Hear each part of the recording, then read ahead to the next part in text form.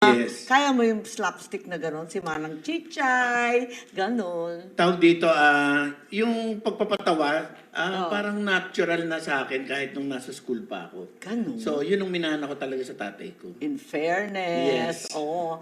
Bago kitang kukulitin, pagiging ama, gusto mo na malaman kung paano ka bilang anak. Kasi naaalala ko nga, yung father mo, Yes. di ba? Ano yung mga gimmick nila kasama ng nanay ko with Manang Chichay? Yes, I think they were the first batch.